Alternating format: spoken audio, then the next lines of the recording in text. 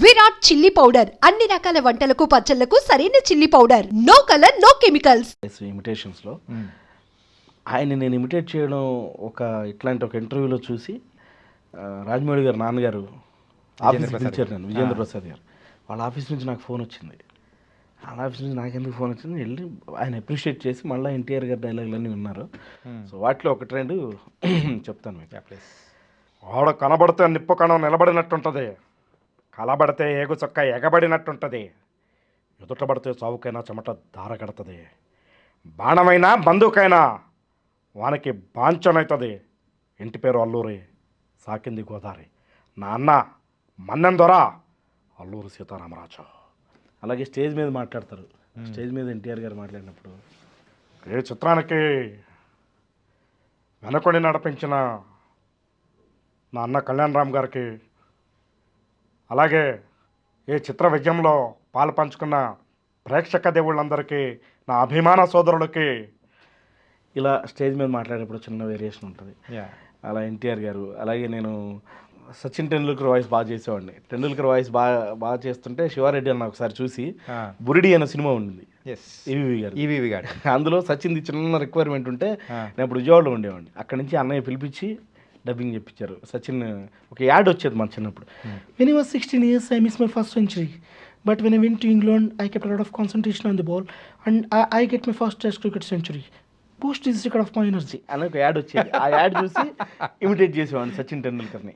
అలాగే పోసాని గారు, రాజా I love you రాజా, ఇందాక నుంచి చూస్తున్నా ఎవరన్నా వాయిస్ చేయమని అడుగుతామని, అడగలేదు, ఇప్పుడు నేనే చెప్తున్నా ఐ లవ్ యూ రాజా. చాడిక్కా ఇప్పుడు భరత్లో మాట్లాడుకుంటున్నాం, ఎవడాడు రబ్బరు ఉన్నట్టు కోపం వస్తుంది. అలాగే జయప్రకాష్ రెడ్డి గారు, దీనిలో కూడా చూడండి ఇమిటేషన్లో కూడా దిర్ ఆర్ వేరియేషన్స్ అండి. అంటే మనకు సినిమా డైలాగ్ న్యాచురల్గా చెప్తే నవ్వు రాదు ఆడియన్స్కి. ఏమిరా సమరసింహారెడ్డి, ఢిల్లీలో కాదు సీమ సందులో చూసుకుందాము, నీ పితాపము నా పితాపము, అరే థాయ్ ఏనాడైనా తల్లిరమ్ము ఫల తాగినాడా వాడు అన్న. అరే బానేంద్ర జయప్రకాష్ రెడ్డి గారిలో చెప్పాడు. కానీ నవ్వాలంటే యాందిరయ్యా ఏం చేస్తానా, పట్ట పగలు మిట్ట మధ్యాహ్నం దున్నపోతుకు వాళ్ళు వింటున్నా దున్నపోత, ఇలా అంటే నవ్వు వస్తా. సినిమా డైలాగ్ న్యాచురల్గా చెప్తే ఎప్పుడు నవ్వు రాదు. There should be some experiment అండి. ఆ ఎక్స్పెరిమెంట్ చేసినప్పుడే నవ్వు వస్తుంది. సో అలా నేను ఇంకోటి చేసే వాయిసెస్ ఒక 20 చేసినా 30 చేసినా పర్ఫెక్ట్గా చేయాలి. మనకి ఇచ్చిన 15 నిమిషాలు 20 నిమిషాలు గ్రాప్ చేసుకోవాలి. మనం 100 వాయిస్లు చేసేసి అందులో 10 మ్యాచ్ అయ్యి 90 మ్యాచ్ అవ్వకుంటే బాగుంటుంది. అలా perfection is very important. Perfection is very important. ప్రతి దాంట్లో కూడా అంటే ఆ మనుషులు వచ్చి అలాగే మాట్లాడరు, వేరే మనిషి వాళ్ళని ఇమిటేట్ చేస్తున్నాడు. బట్ ఆ ఇంపర్సనేషన్ అనేది, ఆ ఇంపాక్ట్ అనేది దగ్గరగా ఉండాలి. దగ్గరగా ఉంటే బాగుంటుంది. ఓకే, దూరంగా ఉంటే పెద్దగా బాగోదు. కానీ అన్ని వాటికంటే నాకు బాగా నచ్చింది జయప్రకాష్ గారు. జయప్రకాష్ రెడ్డి గారు అసలు పర్ఫెక్ట్ మ్యాచ్. అంటే ఆయన లేరు కానీ మన మధ్యలో వారి ముందు కూడా వారిని ఇమిటేట్ చేశాను నేను. ఆయన ముందు ఆయన ఇమిటేట్ చేశాను. కానీ ఎగ్జాక్ట్గా దింపారండి, అయితే 100కి 100% అన్నట్టు. సచిన్ గారిది అప్పుడు చిన్నపిల్లలు కాబట్టి మాకు అంత ఐడియా లేదు. అలాగే వేణుమాధవ్ గారు, మా వేణన్న, ఆయన మిమిక్రీ ఆర్టిస్టే. ఆయన ముందు ఆయన ఇమిటేట్ చేశారు. వేణుమాధవ్ గారు చాలాసార్లు కలిసేవాళ్ళు. ఆయన మిమిక్రీ ఆర్టిస్టులకి ఏదైనా మీటింగ్స్ అవి ఉంటే ఆయన గెస్ట్గా పిలిస్తే మిమిక్రీ వాళ్ళ కోసం ఎక్కడికైనా వచ్చేవాళ్ళు. ఆయన్ని అరే ఏం రావు చూడు, నీకు పూర్వం ఎక్కున్నావు అన్నం ఇచ్చేస్తావు, నేను తెలుసా నల్ల బాలు నల్ల తాసు లెక్క నాయకి చంపేస్తా, నేను తొడగొడితే మెరుపులు వస్తాయి తెలుసా, నేను పోతాన్నా, లవ్ యూ అన్నా, థ్యాంక్ యూ అన్నా. ఇలా ఆయన ముందు చాలా సెలిబ్రేట్ చేశాను. ఆయన బాగా ఎంజాయ్ చేసేవాళ్ళు. ఓకే, ఇంకా ఆల్మోస్ట్ ఇప్పుడున్న వాయిసెస్ అన్నీ ఉంటాయి. ఇప్పుడు రెగ్యులర్గా మనం మిమిక్రీలో వినే వాయిసెస్ అన్నీ రెగ్యులర్గా చేస్తూ ఉంటాను. బట్ దేర్ ఈస్ ఒక కాన్సెప్ట్తో చేసినప్పుడు దే విల్ ఎంజాయ్ అండి. ఇప్పుడు రాజశేఖర్ గారి వాయిస్ ఉంది, చాలామంది చేస్తారు ఒరిజినల్ వాయిస్, అదే నేను చెప్తా ఉన్నాను అని చెప్తారు. ఆయన గోరింటాక్ అనే సినిమా చేశారు ఆ మధ్య. సార్ సినిమా బాగుంది ఏమన్నా మాట్లాడమంటే అప్పుడు ఏం మాట్లాడతారనేది నేను క్రియేట్ చేశాను. ఓకే, అదే నేను చేసిన గోరింటాక్ బాగుంది, అందరూ చెప్పినారు బాగుంది, నేను చెబుతా చెప్పారు కదా బాగుంది, గోరింటాక్ బాగుంది కాబట్టి తర్వాత సినిమా కూడా బాగుంటుంది, దాని పేరు కరివేపాకు, ఆ తర్వాత తమలపాకు కూడా రావచ్చు. ఎందుకంటే ఈ మధ్య తెలుగు సినిమాల పేర్లు మిర్చి, మసాలా, మిరపకాయ, త్వరలో శనక్కాయ రావచ్చు, తప్పే ఉంది. RX 100 నెక్స్ట్ బజాజ్ చేతక్, ఇంకో ట్రెండ్ స్టార్ట్ అయింది ఈగ, కందిరీగ, ఊసరవల్లి, త్వరలో తొండ, ఆ తర్వాత బల్లి. అవి కూడా యానిమల్సే కదండి, ఇవి యానిమల్స్ అవి యానిమల్స్ పెట్టచ్చు కదా. ఇప్పుడు ఈ లేటెస్ట్గా గురుగారితో సినిమా వచ్చింది త్రివిక్రమ్ గారిది, గుంటూరు కారం.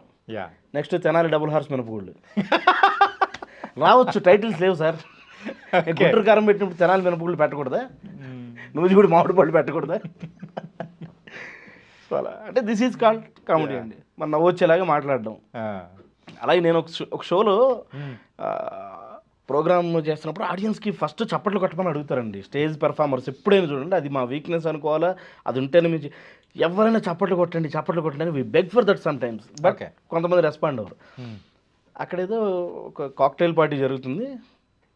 నేను చెప్పాను, సార్ మన ఇండియాలో జిఎస్టీ లేదు రెండింటికి, ఒకటి పెట్రోల్కి 2 చప్పట్లకి, దయచేసి చప్పట్లు కొట్టండి, జిఎస్టీ లేదు అన్న.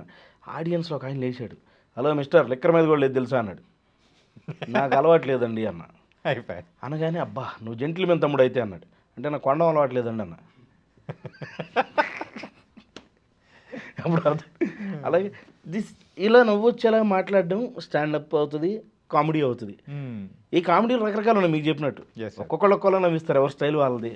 ఒకడు పంచ్ చేసి నవ్విస్తారు, ఒక డబుల్ మీనింగ్ చేసి నవ్విస్తారు, ఒకటి యాక్టింగ్ చేసి నవ్విస్తారు. నైస్ అన్న. ఏంటంటే ఇట్లా మీకు ఇచ్చే టైంలో ఆ షోలో ఏదైనా కానీ సో ఫుల్ ఫ్లెడ్జ్డ్గా 15 మీకు అసలు విషయం చెప్పాలి. నాకు మన ఆర్కామిడీ అదే నేను ఇందాక చెప్పాను కదా, విజేంద్ర ప్రసాద్ గారి ఆఫీస్ నుంచి ఫోన్ వచ్చినప్పుడు, అప్పుడు నేను లాఫ్టర్ ఛాలెంజ్ ప్రోగ్రాంలో కాన్సెప్ట్ చేశా. బాహుబలి సినిమా, అందులో కిలికి భాష అని ఒకటి ఉంటుంది. అవును, కాలకే మాట్లాడుతుంటాడు, నేమ్ దల్ మీ అర్థబూస్ అనేది మాట్లాడు. దానికి అర్థం ఏంటి ఎవరికి తెలియదు. సో నేను దాన్ని సరదాగా ట్రాన్స్లేట్ చేశా, ఆ షోలో చేశా. అది చెప్తాను మీకు. ఓకే, నేమ్ నిన్ను దోజురస్తల్ మీ దోసకాయ పచ్చడి తెమ్మంటే అర్థబూస్ బూజు పెట్టి ఆవకాయ పచ్చడి చేస్తావా, క్రిక్ నెంబొమ్లా కళ్ళు అన్న నెత్తికి ఎక్కినయ్యా, మనోజుకు మంట పడుతుందిరా, లోక్వే ఒక లోటాలో నీళ్ళు ఇంక దండం పెడతా. ఇలా చేసి ఆ షోలో చేసిన తర్వాత ఇదైనా 15 రోజులకే ఫోన్ వచ్చింది నాకు.